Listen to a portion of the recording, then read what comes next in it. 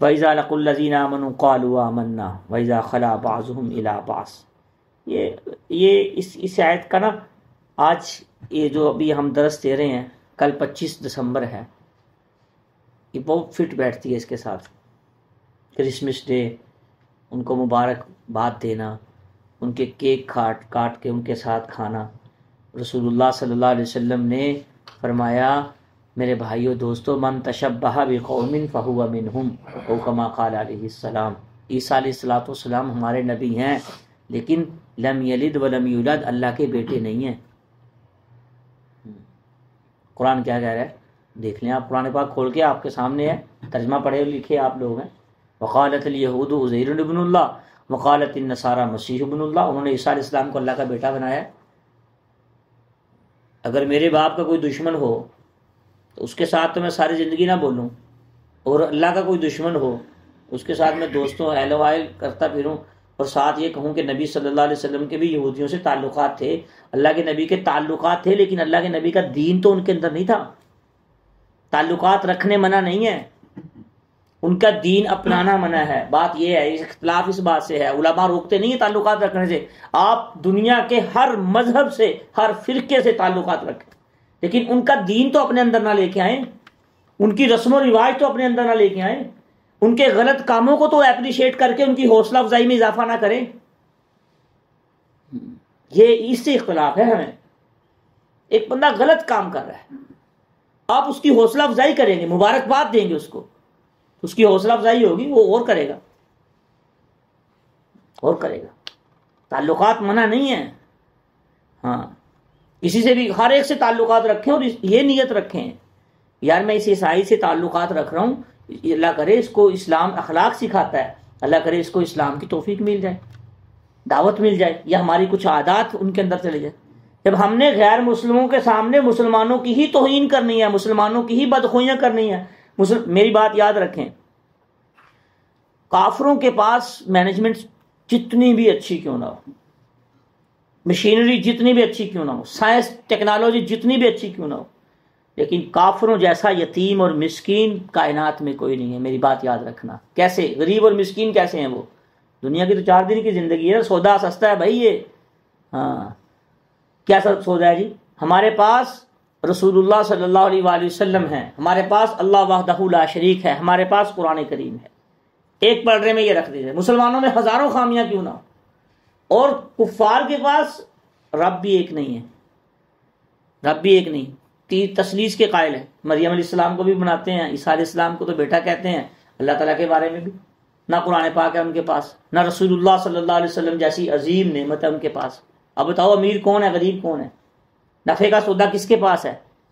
لیکن نفع کا سودا یہ اس کو سمجھ آئے گا جو اللہ پہ راضی ہو، جو رسول اللہ صلی اللہ علیہ وسلم پہ راضی ہو، جو اس کتاب پہ راضی ہو۔ جس کو کافر اچھے لگتے ہیں تو ان میں چلا جائے۔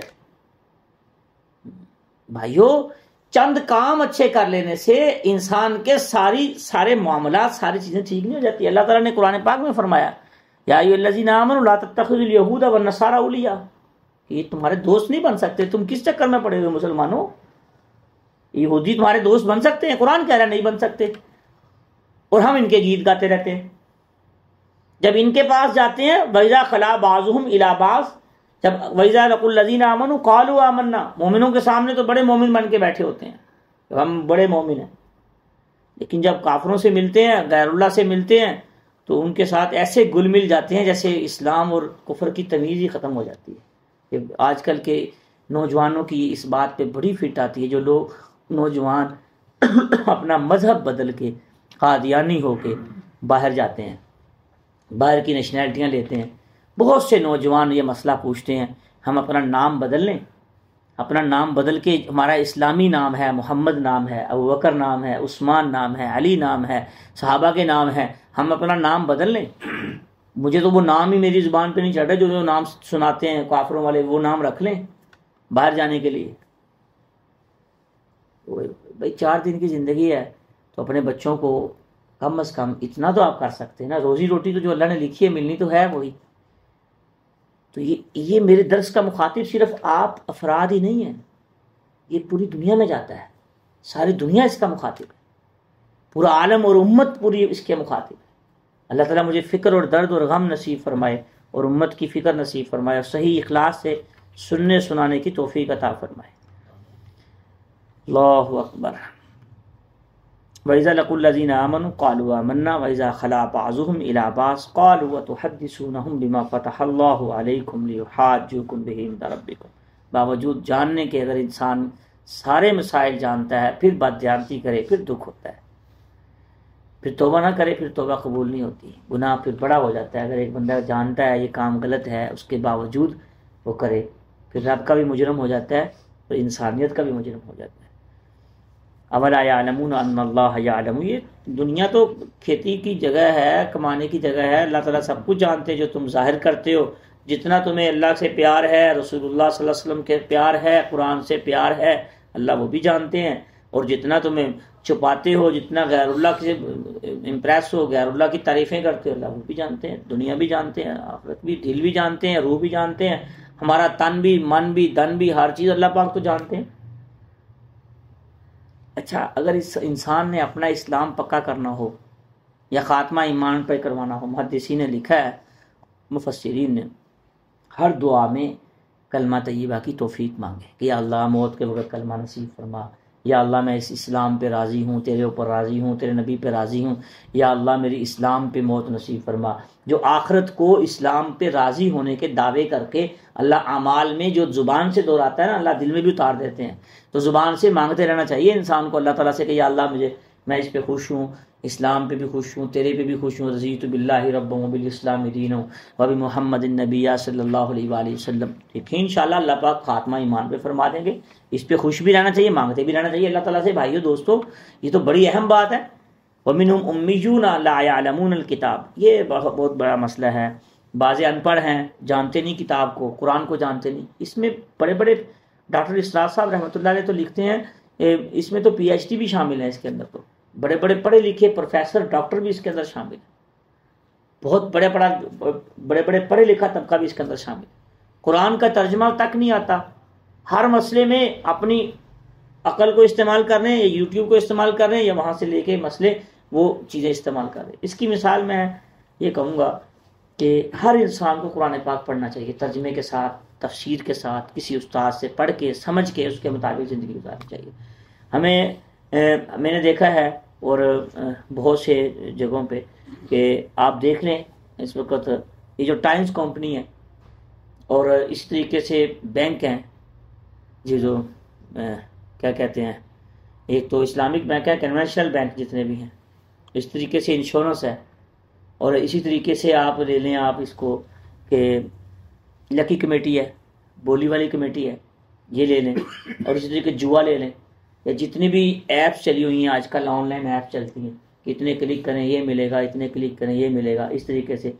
تو میرے دوستو، یہ سارا کچھ 100% حرام اور ناجائز ہے۔ ہمارا علماء کا حق بنتا ہے کہ ہم آپ کو بتلا دیں، اور آگے توفیق اس پہ عمل کرنے کی اللہ کی طرف سے ہوگی۔ وَمِنْهُمْ أُمِّيُّونَ لَا يَعْلَمُونَ الْكِتَابَ، وہ ان میں سے بعض امی وہ تھے یہود و نصارہ میں، کتاب پڑھے ہوئے نہیں تھے، لیکن وہ امیدیں باندھے ہوئے تھے، بس ہمیں اللہ نے سب کچھ دے دیا، بیٹے دے دیے، مال دے دیا، عزت دے دی ہے، علاقے میں نام بن گیا، اسی پہ۔ تو اس دور کے اعتبار سے کیا ہے، یہ جو لوگ جن کو قرآن پاک نہیں آتا، قرآن پاک کی گرامر نہیں آتی، قرآن پاک کی سمجھ نہیں ہے، ترجمہ نہیں آتا، تفسیر نہیں آتی، حدیث نہیں آتی، اس کی سمجھ نہیں ہے، تو وہ سمجھ لیں خوش فہمیوں کا شکار نہ ہوں۔ یہ ایک تو اس کو پڑھیں اور سمجھیں، دوسرا جو بتلاتے ہیں یا جو سمجھاتے ہیں ان کی بات پہ عمل کریں، جب تک اپنی خود سمجھ میں یہ بات نہ آ جائے۔ تو یہ میں نے جتنی چیزیں بتلائی ہیں، جتنے بھی جدید علوم ہیں، شیئرز ہولڈر ہیں، آپ کسی کمپنی کے شیئر خریدتے ہیں یا کوئی بھی آپ کہیں بھی انویسٹمنٹ کرتے ہیں، دنیا کا تعلق ہے، معاشرہ سے جڑا ہوا ہے، تو کسی نہ کسی مفتی صاحب سے مشورہ کر کے تو اس سے پھر اس کے بعد یہ سارے کاموں میں حصہ لیں۔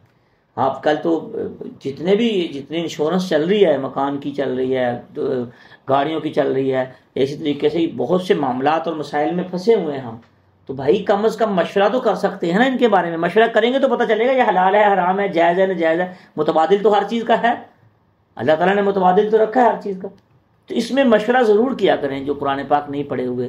پہلی بات تو پڑھیں، سمجھیں، لیکن اگر نہیں پڑھا نہیں سمجھا، جب تک نہیں سمجھ تک جاتے یا اس عروج تک اس لیول تک نہیں پہنچ جاتے تو کم از کم کسی علماء سے مفتیان کرام سے پوچھ کے تو کام کر سکتے ہیں کہ نہیں کر سکتے؟ کچھ فہمی کا شکار نہیں رہنا چاہیے کہ میں جو زندگی گزار رہا ہوں ٹھیک چل رہی ہے میری زندگی۔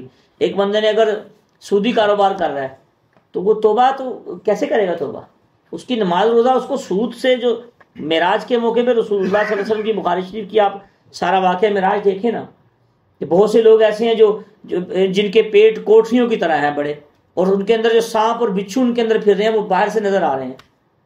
تو جبرائیل امین سے رسول اللہ صلی اللہ علیہ وسلم نے پوچھا یہ کون ہے؟ فرمایا یہ سود خور ہے۔ تو ہمارا تو 80 سے 85% نظام ہی سود پہ چل رہا ہے۔ وہ بھائی اپنے آپ کو بچانے کی کوشش کریں گے تو بچیں گے نا، یہ اس نظام میں ڈلے رہیں گے تو تقوی میں آئیں گے نہیں، صراط مستقیم پہ کیسے آئیں گے؟ جو بندہ کوشش کرتا ہے، یاد رکھیں، بچانے کی اپنے آپ کو، اپنے بچوں کو، بیوی بچوں کو، اللہ پاک اسے بچاتے بھی ہیں۔ کم از کم اگر آپ فل نہ بچ سکے، ہم سب فل نہ بچ سکے، مکمل طور پہ نہ بچ سکے، تو جتنی کوشش کی، جتنے بچ سکتے ہیں اتنے تو بچیں، جتنا کر سکتے ہیں اتنے تو کریں۔ جب ہم جتنا بچ سکتے ہیں اتنا بچیں گے تو اللہ تعالیٰ کی خاص رحمت ہوگی۔ اور جو اگر ڈلے رہیں گے اسی طریقے میں، اسی سسٹم میں، اسی نظام میں کر کے ہم گناہوں میں پڑے رہیں گے تو بھائیو یہ ایسے گناہ نہیں جن سے بچا نہیں جا سکتا۔ ہاں، یہ ایسے کام نہیں جن کے بغیر گزارا نہیں ہے۔ جو جن کاموں کے بغیر گزارا ہے ان کے متبادل بھی موجود ہے، یاد رکھیں میری بات۔ اللہ تعالیٰ سمجھنے کی توفیق عطا فرمائے۔